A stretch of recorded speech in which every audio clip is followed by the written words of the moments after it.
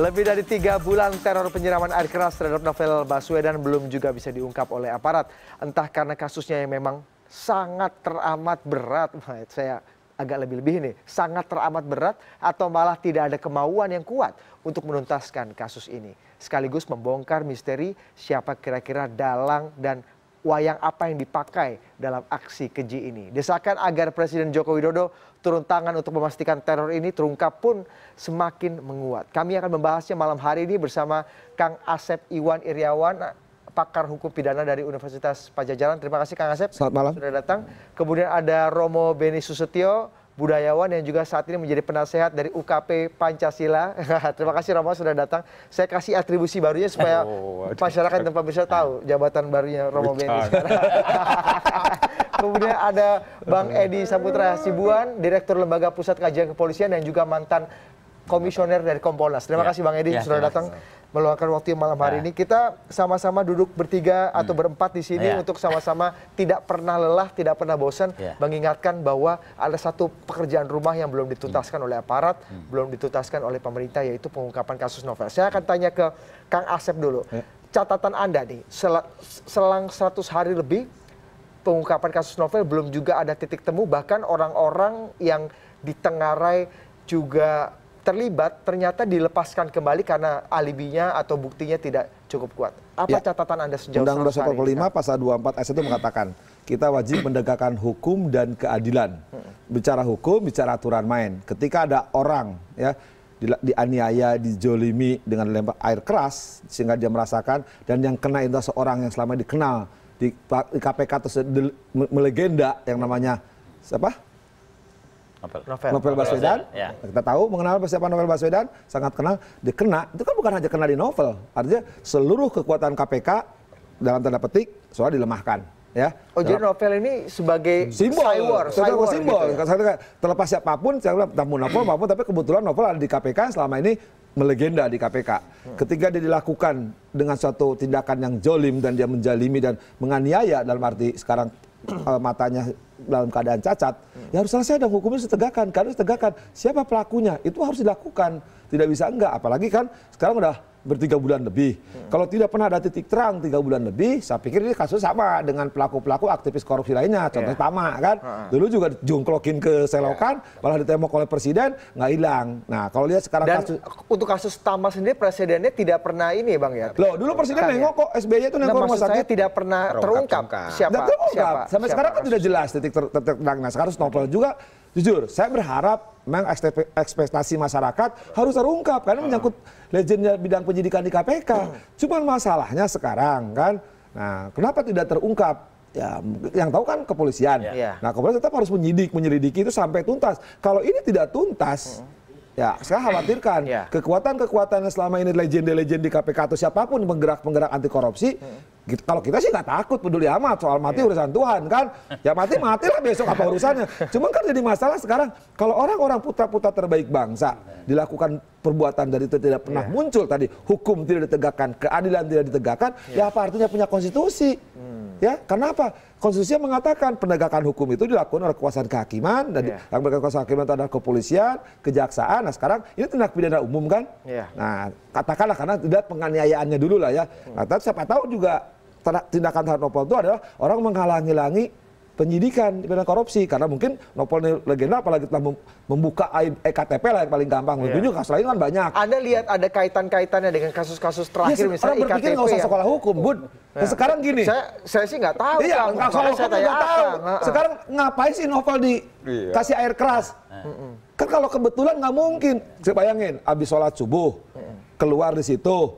Nah, berarti kan ada persiapan, ada perencanaan. Nah, itu harus dicari orang yang mempersiapkan, yang merencanakan total. Kali itu kan kita nggak tahu pelakunya kan. Nah, nggak mungkin kalau ini dilakukan terhadap Novel. Karena selama ini kan Novel ini kan melegenda tadi kan, setiap kejadian dia yang membuka. Novel mengaku sudah 6 kali mendapatkan teror, tapi tidak pernah yang seberat ini. Kalau ini kan kita lihat momennya pas sekali ketika kasus korupsi KTP elektronik ini menjadi mungkin juga ada kaitan dengan KTP, mungkin juga dengan perkara-perkara lainnya. Karena apa? Yang penting kan Novel ini tadi saya katakan, siapa Novel? Dia adalah legendnya adalah di KPK.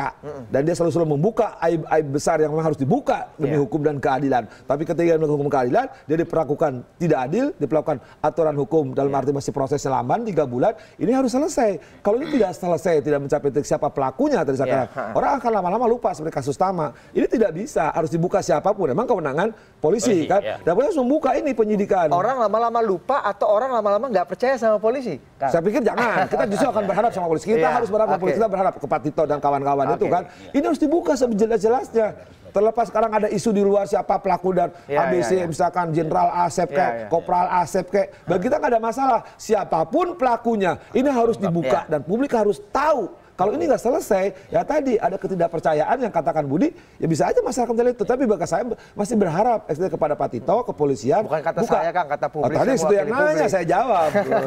Tapi kami juga berusaha pada malam hari ini untuk mengundang pihak dari kepolisian untuk bisa bergabung dalam dialog kami malam hari ini. Namun hingga kita memulai dialog pada malam hari ini, tidak ada satupun pihak dari kepolisian, perwakilan dari kepolisian yang bisa dan berkenan bergabung dalam diskusi kita malam hari ini. Untuk paling tidak, saya nggak bilang Bang Edi mewakili kepolisian, tapi yang paling tahu bagaimana jeroan-jeroannya kepolisian. Kalau kita melihat kasus novel, polisi banyak dipuji-puji oleh orang, masyarakat, bahkan dunia internasional bisa mengungkap kasus-kasus yang amat sangat sulit seperti kasus terorisme gitu dengan sangat cepat dan tuntas. Kok kasus novel yang mungkin kalau kita lihat tingkat kompleksitasnya tidak sekompleks terorisme, itu lama sekali. Catatan Anda apa Bang Edi sehingga ini bisa begitu lama gitu kasus ini diungkap? Pertama memang kalau misalnya namanya menangani kasus itu ada yang lama, ada yang cepat ya. Tergantung bagaimana misalnya pada saat ada kejadian, bagaimana ada bukti-bukti ditemukan. Ada saksi-saksi yang melihat bisa memberikan kesaksian. Karena kunci pertamanya dalam menangani kasus itu. Pada saat misalnya ada kejadian, kemudian ada bukti yang pendukung di tempat kejadian, kemudian itu ada saksi yang melihat, saya kira itu sangat membantu dalam hal penyidikan. Tapi kalau misalnya kalau kita lihat analisa kasus novel ya, itu seperti apa kondisi faktanya kita lihat ya, itu terjadi pada subuh, kemudian pada waktu yang sangat gelap ya, kemudian CCTV yang dijadikan, yang selama ini dijadikan oleh polisi menjadi barang bukti, itu juga kurang jelas ya, itu juga akan menyulitkan oleh, dan ini bisa akan lebih mudah apabila misalnya ada masyarakat yang bantu memberikan informasi, atau mungkin Pak Novel sendiri memberikan informasi-informasi yang kira-kira memang ada keterkaitan dengan dia. Maksud Abang, Novel sendiri selama ini kurang kooperatif untuk memberikan data dan informasi? Saya kira sudah ada memberikan informasi, tapi mungkin masih perlu harus terus memberikan informasi yang lebih dalam ya terhadap siapa. Karena beliau juga saya lihat belakangan ini juga banyak bicara siapa ya mungkin di belakangnya. Saya kira apa yang disampaikan oleh Pak Novel juga perlu disampaikan kepada polisi. Tapi tentu saja memang harus didukung dengan bukti-bukti ya. Biar itu akan dijadikan oleh polisi menjadi bahan dalam penyelidikan dan penyidikan. Oke, tapi memang ini masalahnya lebih ke faktor kesulitan data-data, analisa kondisinya, atau memang tingkat keseriusan? Maksudnya seberapa serius sih polisi pengen menyelesaikan masalah ini? Saya kira kalau keseriusan polisi pasti serius ya. Iya, hanya soal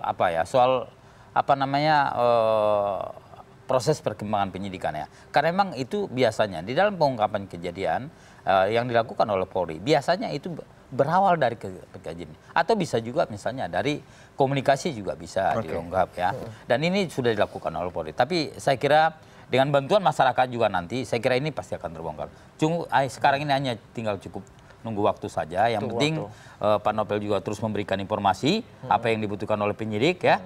Bahkan kalau kita lihat saat ini, bagaimana saat ini Polri dengan KPK juga saling mendukung ya, saling memberikan memberikan perhatian yang serius terhadap kasus ini. Mudah-mudahan ke depan Polri dan KPK juga sama-sama memberikan perhatian serius dan juga mungkin bila perlu berangkat ke Singapura. Saya kira itu. Mudah-mudahan tidak hanya pelakunya tapi juga dalang-dalangnya. Siapa yang dalang? Itu dia yang penting juga. Saya kira kita semua pasti dukung. Siapapun juga di belakangnya, saya kira harus kita dukung, harus diproses secara hukum. Karena bau amisnya amat kentara nih Kak. Kalau kata Kang Asep tadi, bau amis kasus korupsi atau koruptor-koruptor yang di belakang ini juga sangat kentara. Bukan bau amis, bau busuk. Romo, catatan Anda? Ya, saya melihat gini loh, memang ada pertarungan di mana di dalamnya sendiri, sehingga memang kasus ini kan melibatkan orang besar. Ketika melibatkan orang besar, pasti kasus ini menjadi rumit. Melibatkan orang besar ini maksudnya orang besar sebagai pelaku dalang atau sebagai novelnya? Aktor atau pelaku. Artinya kasus novel ini kasus besar. Karena dia selalu mengungkap kasus-kasus korupsi yang besar. Maka dalam pertimbangan, ada teori komunikasi, ada yang namanya teori menyelamatkan wajah, face image. Teori menyelamatkan wajah itu adalah bagaimana proses terungkapnya ini. Dan Pak Tito, saya akan serius, tetapi dia akan mempertimbangkan bagaimana kekuatan-kekuatannya, sehingga tadi kekuatan-kekuatan itu bisa dia konsolidasi, sehingga dia bisa mengungkapkan. Dan untuk itu tidak ada yang harus dikorbankan. Nah, teori pengertian wajah selalu mengatakan dikorbankan dalam pengertian tidak dipermalukan, tidak diekspos besar-besaran. Maka sebenarnya tim yang dibentuk KPK dan Kapolri ini momentum untuk mengungkapkan kasus ini. Sebab saudara ini, Kapolri ini kan sekarang lagi mendapatkan sorotan. Artinya segala prestasi itu hancur kalau tidak mampu mengungkap ini. Maka ini menjadi pertaruhan reputasi, pertaruhan juga bagaimana konsolidasi itu bisa jalan, dan pertaruhan tentang bagaimana koordinasi di dalam kepolisian. Kenapa ini menjadi pertaruhan yang sangat penting buat kepolisian, Romo? Kasus lain kan juga tidak kalah pentingnya misalnya. Enggak, kalau ini bisa terungkap, maka kepolisian akan bisa membersihkan dirinya sendiri. Maka bisa dikaitkan Densus anti korupsi itu akan menjadi penting. Lah di situ, tapi kalau ini tidak terungkap, orang menyibir. Ada apa gitu loh. Justru di sinilah pertarungannya. Lah, dalam pertarungan ini kan kita menghadapi suatu situasi yang disebut dalam situasi kita disorder society. Yaitu efek dari disorder society adalah kita ini sebenarnya hidup tanpa nilai. Ketika hidup tanpa nilai, maka yang kecenderungan kita apa? Kepentingan. Lah kepentingan lebih besar itu kan kepentingan untuk menyelamatkan dirinya, tapi dia menggunakan lembaga kerap kali, termasuk yang di Senayan itu, gitu loh. Itu kan kepentingan sebenarnya perorangan, tapi menggunakan tangan lembaga kan. Lah ketika menghadapi kepentingan yang lebih besar ini, ya memang kasus ini tidak mudah, iya.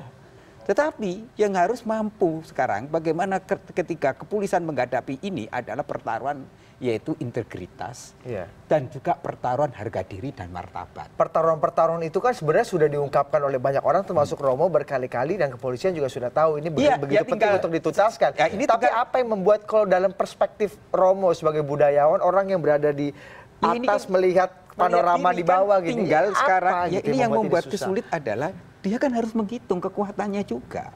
Jadi selain faktor-faktor bukti-bukti tadi yang juga harus ada itu dan juga ada tekanan mobilisasi publik. Ini kan persoalan perebutan wacana.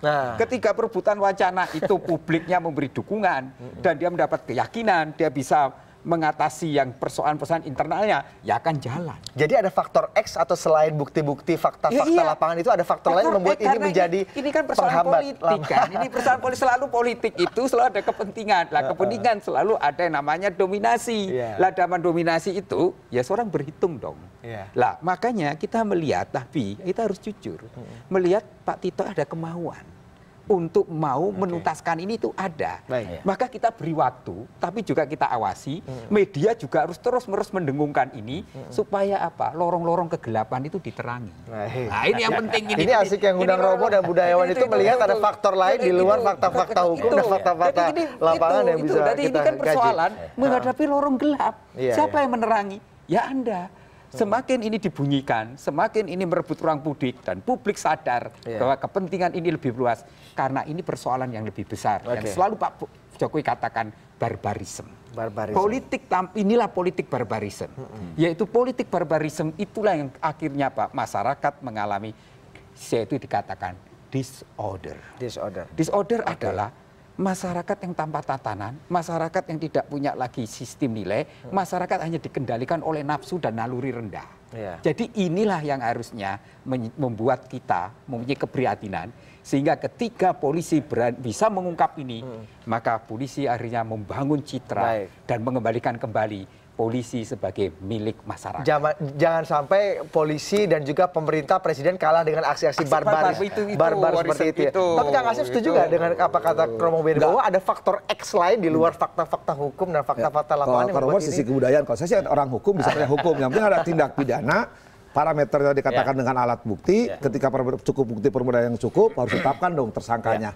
Nah tersangkanya tadi ya bisa juga kan penyertaan itu ada aktor intelektual, ada yang membantu, ada yang turut serta gitu kan. Nah soal sekarang kepolisian belum menemukan siapa tersangkanya, saya tidak berseudionisasi faktor X gitu kan. Ya saya berapa ada karena persoalan hukum ya kewajiban penyidik untuk mencari bukti itu. Karena tidak mungkin seorang dianiaya, dijolimi, dilempar dengan air keras, tidak mungkin tidak ada pelaku. Emang setan yang melempar, pasti orang tah. Tapi kan gini kan. itu kan polisi butuh kekuatan dari publik Ya, juga betul. Bang, untuk mendorong. Ya, itu kan biar Pak Romo yang itu. Kalau saya kan nggak ngerti itu biar Pak Romo di atas saya kemampuan gitu. Nah kalau saya bilang, kalau misalkan dikaitkan Pak Romo, nah mungkin katakanlah misalkan ada faktor X tadi kan kekuatan.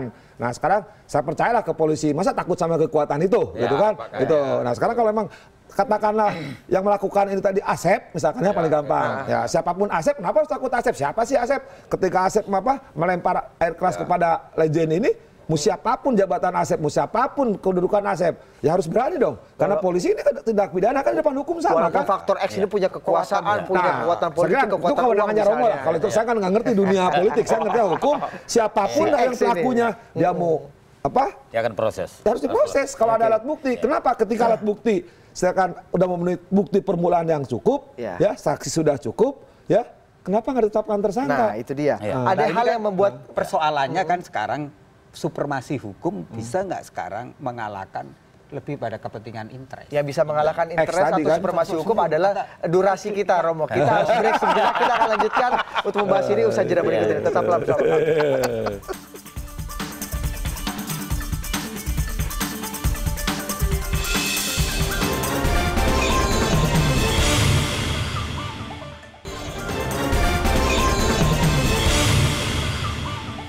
Kita lanjutkan dialog ini tentang bagaimana kasus novel ini bisa diungkap meskipun jalannya tertatih-tatih. Ada hal yang membuat kemudian sebagian kelompok masyarakat sendiri atau civil society menjadi sedikit skeptis kepada pihak kepolisian untuk bisa mengungkap ini karena memang ada pernyataan novel sendiri, Bang Edi, tentang adanya, kalau saya simpulkan ya, yang pertama ada dua kelompok di Polri yang satu mau mengamankan dia, yang kemudian satu lagi mencoba-coba untuk mencari kesalahan dan menjadikan novel itu sebagai sasaran tembak, quote unquote. Yang kedua, ada juga novel mengungkapkan ada jenderal polisi aktif yang terlibat dalam penyerangannya. Mungkin kita bisa saksikan kutipan wawancara novel dengan Times Magazine yang bisa yang kita himpun beberapa waktu lalu, mungkin bisa ditampilkan di layar. Ya, ini kutipan wawancaranya kalau tidak salah, intinya adalah bagaimana novel mengungkap adanya keterlibatan jenderal polisi ini, Bang Edi. Jenderal polisi aktif yang ikut terlibat. Ini kan ini bukan tuduhan yang ini, kalau tidak salah ini, saya menerima informasi bahwa seseorang jenderal polisi ya terlibat awalnya, ya ini Anda bisa baca sendiri ya. Ya, agak cepat nampaknya. Oke. Bang Edi, gimana komentar Anda? Kalau melihat tuduhan yang cukup serius. Saya kira ya kalau memang Pak Novel misalnya memiliki bukti, ada keterlibatan jenderal di kepolisian. Saya pikir justru itu yang ditunggu oleh Polri. Artinya memang ada bukti-bukti untuk itu ya. Karena di dalam hukum ini kan bicara masalah hukum ya.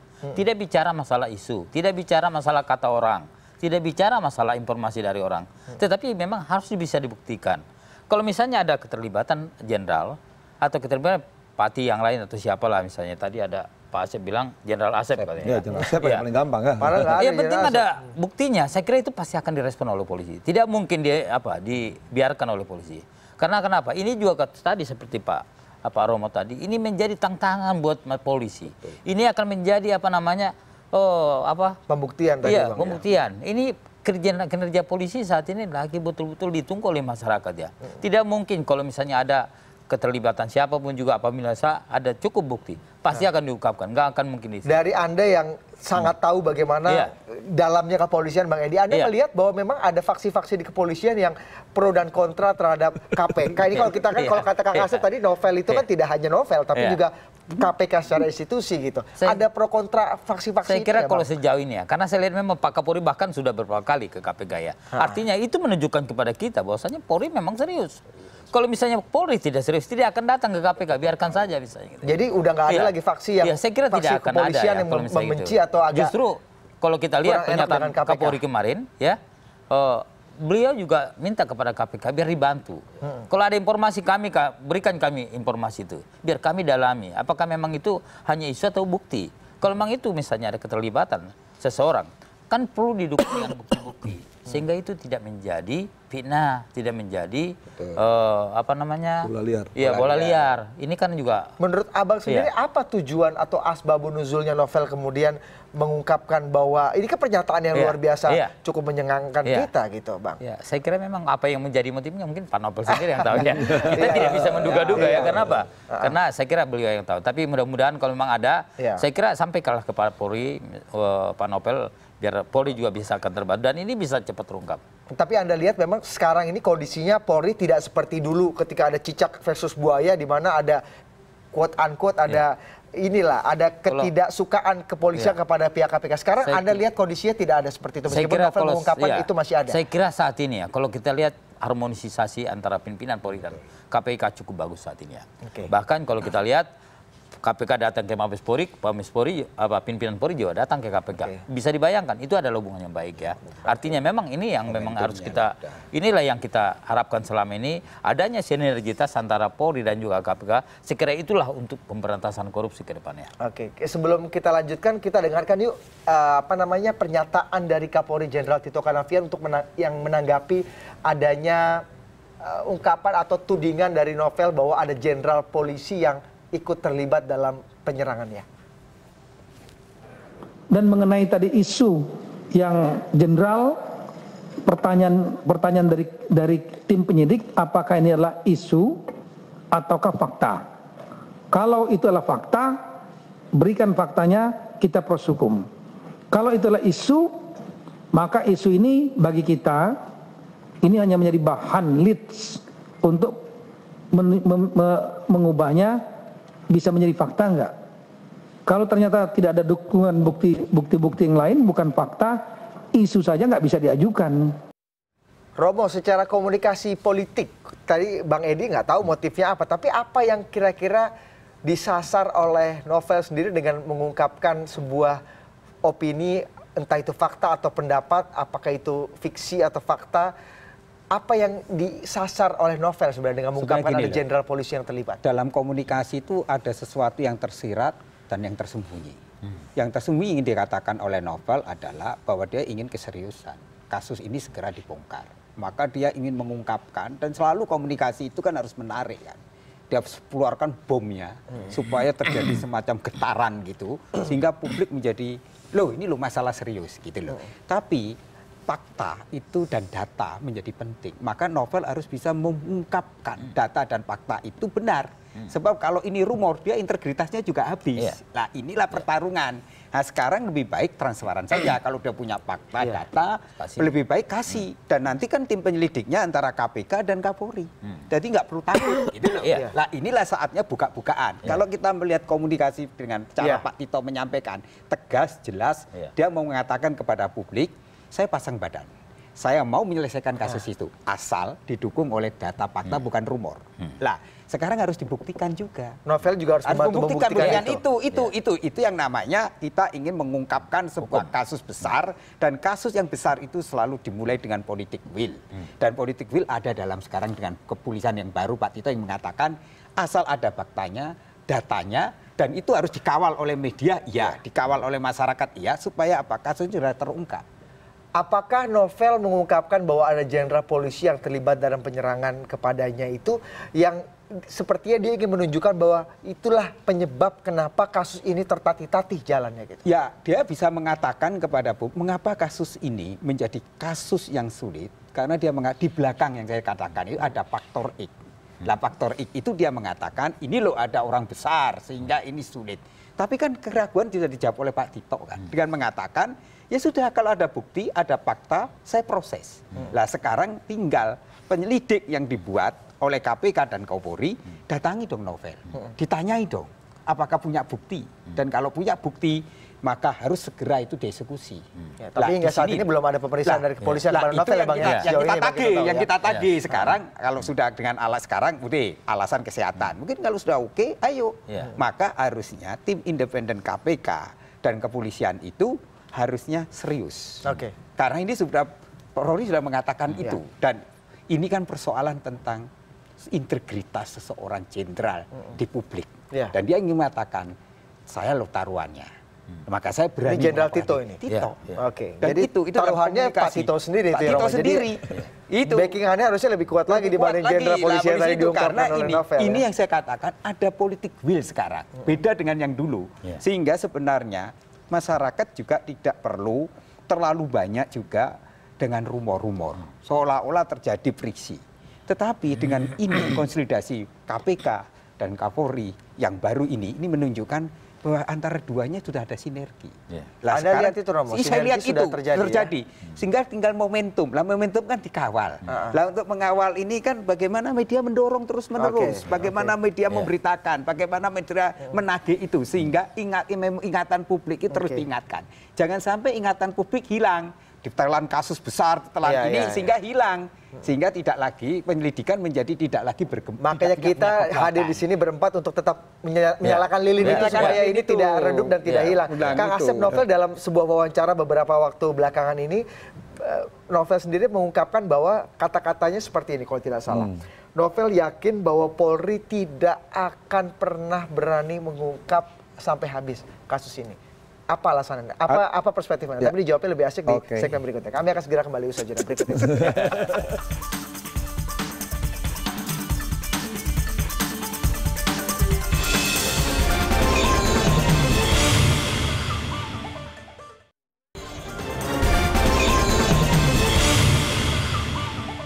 Bahwa saya tentunya dengan kejadian ini tidak akan berharap tidak akan mengendur atau berkurang semangat.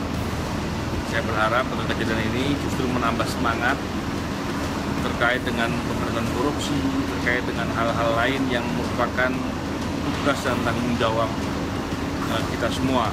Orang-orang yang telah berupaya untuk menyerang saya, untuk memendam, untuk menghentikan langkah-langkah pemberantasan korupsi, saya ingin menunjukkan bahwa harapan orang-orang itu akan sia-sia, tidak ada gunanya. Dan itulah kemunculan perdana penyidik senior KPK Novel Baswedan di depan publik.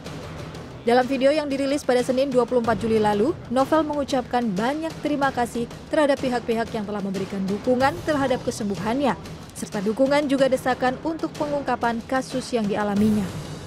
Terkait perkembangan pengungkapan kasus penyiraman yang dialami Novel, sudah lebih dari 100 hari penyiraman air keras yang dialami Novel Baswedan, namun hingga saat ini belum ada satupun yang ditetapkan sebagai tersangka.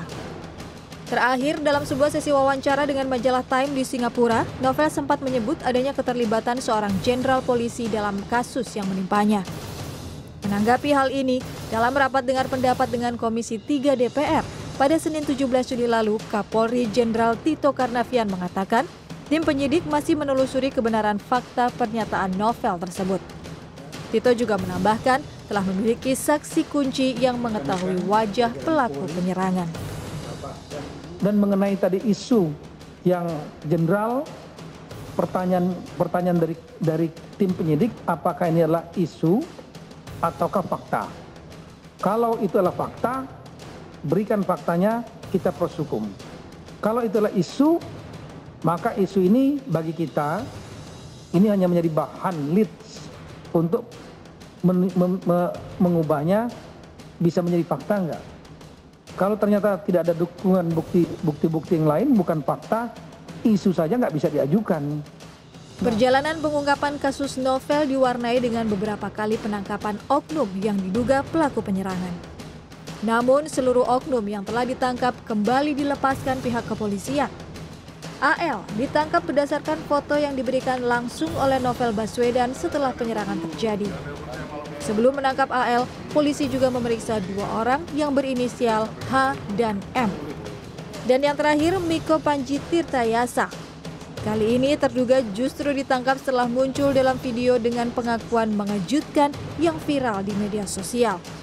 Dalam video tersebut, oknum yang mengaku keponakan dari Mukhtar Effendi ini mengaku telah disuruh Novel Baswedan untuk menjadi saksi palsu dalam kasus suap Akil Mohtar pada 2011 lalu. Namun, seperti diketahui bersama, ketiganya dilepaskan kepolisian. Selain desakan pengungkapan pelaku, kasus penyerangan Novel juga tidak lepas dengan desakan membentuk tim pencari fakta di luar kepolisian. Terakhir, Komisi Nasional Hak Asasi Manusia Komnas HAM di bawah bendera Tim Gabungan Pencari Fakta atau TGPF kasus novel muncul dengan temuan-temuannya. Dari temuan yang didapatkan TGPF, diketahui bahwa pelaku merupakan orang terlatih dan direncanakan dengan matang. Hal inilah kemudian yang dianggap sebagai sandungan sehingga polisi kesulitan menangkap pelaku. Lantas, apakah temuan TGPF ada kaitannya dengan pengakuan novel terkait campur tangan Jenderal Polisi dalam kasus ini? Hal ini bisa saja menjadi pemicu semakin besarnya desakan kepada Presiden Jokowi untuk secara resmi membentuk tim pencari fakta kasus Novel Baswedan. Tim Liputan CNN Indonesia. Saya mau tanya Kang Asep, Kang, tadi kan kalau kita lihat banyak fakta-fakta orang-orang yang sudah hampir ditangkap, kemudian karena alibinya atau mungkin buktinya kurang kuat dilepas lagi. Sampai akhirnya Novel dalam wawancara beberapa waktu belakangan ini mengatakan bahwa kepolisian kayaknya akan sangat sulit untuk bisa mengungkap kasus ini. Ya, satu. Kenapa Novel berpakat menuduh ada oknum? Sekali lagi kan kalimatnya percaya. Asalnya dia nggak percaya. Karena lama akhirnya jadi percaya. Nah, saya lihat sisi lain. Ya, kita juga nggak mungkin nggak percaya sama Novel kan. Novel seorang polisi, seorang penyidik berpengalaman, pasti instingnya, nalurinya sudah tahu dong. Nah, tapi kan kembali saya sebagai orang hukum. Nah, ketika instingnya jalan, nalurinya jalan, ini bukan opini, tapi harus bicara bukti. Novel pasti tahu. Nggak mungkin dia mengatakan X itu pelakunya kalau tanpa bukti. Nah, ketika bukti ini justru harus dicari, ya kaitan simpul-simpul lain ini untuk mendukung pernyataan Novel. Nah, tadi salah satu kan Romo bilang, ya kita gelorakan ribut terus. Nah, tinggal sekarang ketika ada orang-orang yang ada simpul, bahkan sekarang ada dibentuk tim pencari fakta atau apapun. Nah, orang ketika ada bukti ini sampaikan kepada penyidik atau penyelidik. Belum ada, Kang, tim mencari fakta. Ya katakan akan mau dibentuk di Komnas HAM kan dibentuk kan, terus siapa Daniel dan kawan-kawan. Ya, kalau mau dibentuk apa resmi atau tidak, saya juga nggak tahu siapa. Sekarang bagi saya nggak penting lah mencari fakta, nggak pencari fakta.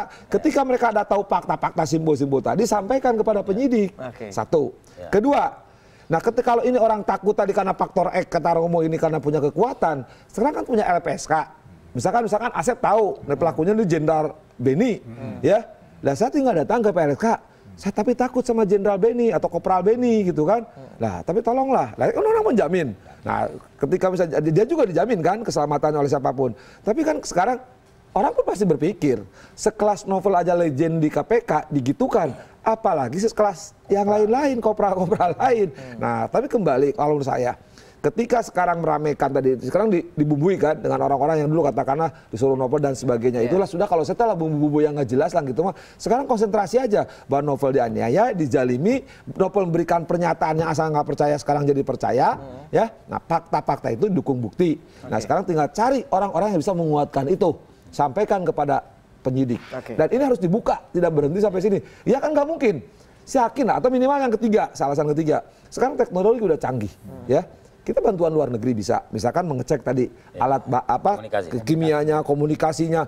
Saya yakin, saya hanya yakin di dalam hukum tuh. Pidana itu pasti meninggalkan jejak. Tindak pidana itu tidak pernah ada yang sempurna. Nah, ketidaksempurnaan itulah yang akan jejak simpul kecil-kecil menjadi lilin yang harus dinyalakan besar. Bila perlu lilin jadi kebakaran gitu. Karena kebakarannya menghadapi tadi kalau kewenangannya Romo bukan kewenangan saya. Tadi yang X tadi, faktor X, kekuatan tadi. Kalau ada kebakaran kan, nah, kebakar juga kan? Iya betul. Bang Edi, karena kasus ini dianggap jalan di tempat, kurang berhasil mengungkap siapa dalang di belakangnya ini, banyak masyarakat yang atau kelompok masyarakat sipil sendiri menginginkan dibentuknya tim mencari fakta oleh Presiden seperti dulu kasus Munir. Seberapa perlu dalam perspektif Anda? Apakah harus kepolisian saja yang sudah bergerak atau perlu ada tim lain yang membantu? Masukan masyarakat boleh-boleh saja. Saya kira itu adalah hak sebagai warga negara ya. Tapi kalau kita bicara hukum, tentunya ini menjadi tugas daripada kepolisian. Ini adalah masalah hukum, proses hukum. Ini masalah, ini kan kriminal murni kalau misalnya kita lihat ya. Mungkin kalau kita lihat nanti terungkap nanti baru tahu apa yang menjadi motifnya ya. Tapi ini adalah masalah hukum, maka seharusnya memang harus polisi yang melakukan. Tidak mungkin bisa dilibatkan pihak lain yang bukan penyidik, tidak bisa. Karena itu akan menjadi kegaduhan di dalam hukum ya. Artinya memang ini adalah karena masalah hukum, udah seharusnya polisi yang apa? Apakah nanti misalnya ada masukan dari, tadi ada tim pencari fakta dari luar, bisa saja memberikan masukan kepada sini, boleh.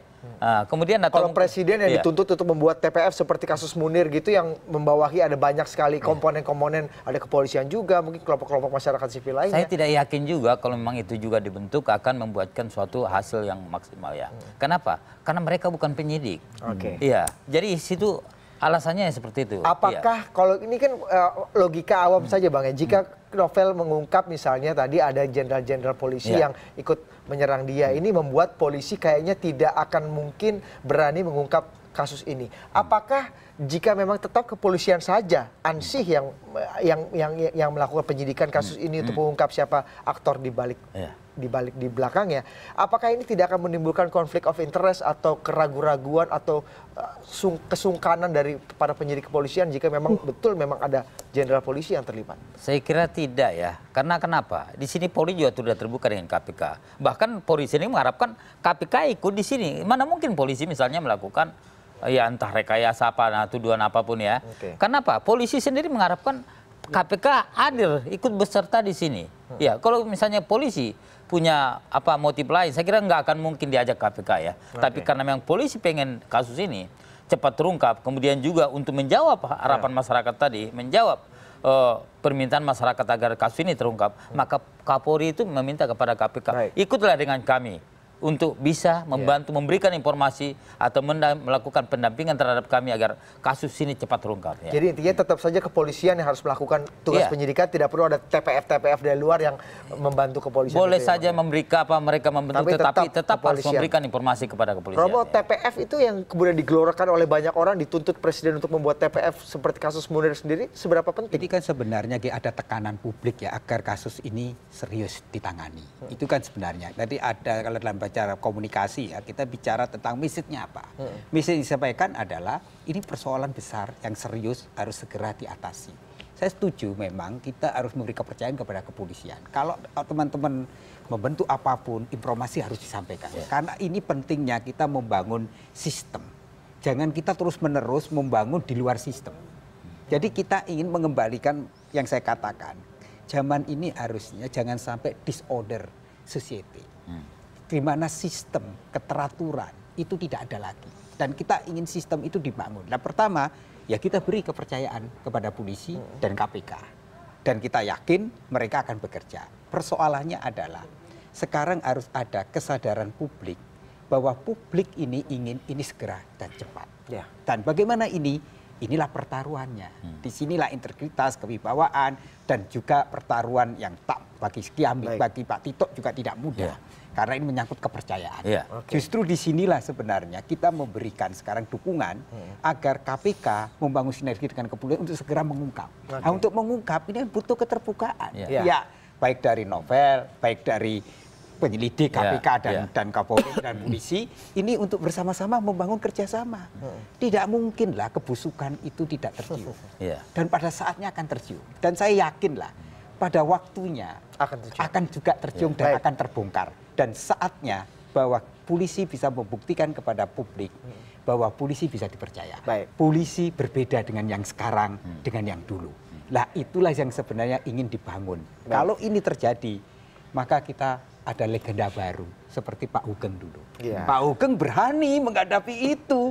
Dan untuk itu dia pertaruhkan harga dirinya, mudah-mudahan sama, Romo. Lah, sama. Dan saya yakin lah akan muncul Hugeng-Hugeng baru itu dalam kepolisian itu. Kang Asep, untuk menutup dialog dalam segmen ini, dengan adanya dugaan asumsi akan adanya konflik of interest jika kepolisian tetap menjalankan kasus ini sendirian, apakah memang seberapa mungkin bisa dengan adanya dugaan atau asumsi itu kepolisian bisa mengungkap kasus ini, atau perlukah dibantu tim lain di luar kepolisian untuk bisa mengungkap kasus ini? Saya berkali katakan kalau hukum nggak bicara asumsi, persepsi, opini, tapi bicara bukti, itu harus dipegang. Katakanlah di kepolisian mau asumsi kayak pertarungan apapun nggak ada urusan, karena yang menyidik adalah penyidik sekarang. Yang pangkatnya kan bukan tingkat tinggi kan, pangkat penyidik yang memang diberi kewenangan untuk itu. Ya walaupun dia komandan, nggak boleh mencampuri. Penyidik hanya mengatakan ini ada perbuatan, dibuktikan tadi peristiwa pidana ini dengan alat bukti. alat bukti hanya limitatif yang 5 itu kan. Selama itu tidak masuk ya, mau di luar mau ngomong apapun ya percuma. Satu. Kedua, dibentuk pencari fakta. Saya pikir kalau saya mah nggak ada masalah, mau ada pencari fakta, nggak ada pencari fakta, nggak ada urusan. Yang penting mah faktanya itu sekarang kasih tahu kepada penyidik. Sekarang dibentuk pencari fakta. Tapi kalau membentuk opini, membentuk persepsi tidak mencari fakta, ya percuma juga. Nggak dibentuk pencari fakta, tapi dia memberikan alat bukti ke penyidik, itu lebih bagus. Kalau dugaan konflik of interest itu ada ketakutan misalnya kalau ini ada jenderal-jenderal kalau saya nggak ada urusan, gitu. Kalau saya nggak ada urusan itu, karena bagi saya soal hukum lah. Kalau misalkan ada pertarungan, ada apa segala macam, paksi segala macam, saya nggak ada urusan. Kalau kata bahasa anak budaya nggak mungkin jiper tuh para penyidik kepolisian. Sekarang gini lah, kalau sekarang hukum kan udah fakta banyak, misalkan penyidik KPK, penyidik kepolisian, penyidik di kejaksaan juga untuk korupsi, banyak juga membuka peristiwa-peristiwa besar, ya kenapa harus takut dihadapi? Nah sekarang kalau misalkan dia tidak takut dihadapi, jangan-jangan penyidiknya itu dilakukan gitu. Tapi karena tadi saya bilang penyidiknya kan nggak punya alat bukti, mau dipaksakan percuma kan. Nah saya sekali lagi, saya berharap saat akan dibuka dan pasti saat terbuka. Cuma kan persoalannya kan bermain di waktu. Ya, kalau nggak bermain tadi waktu harus tetap dibuka terus oleh media terus digencarkan terus, tapi saya juga pesimis ini apa, gitu kan?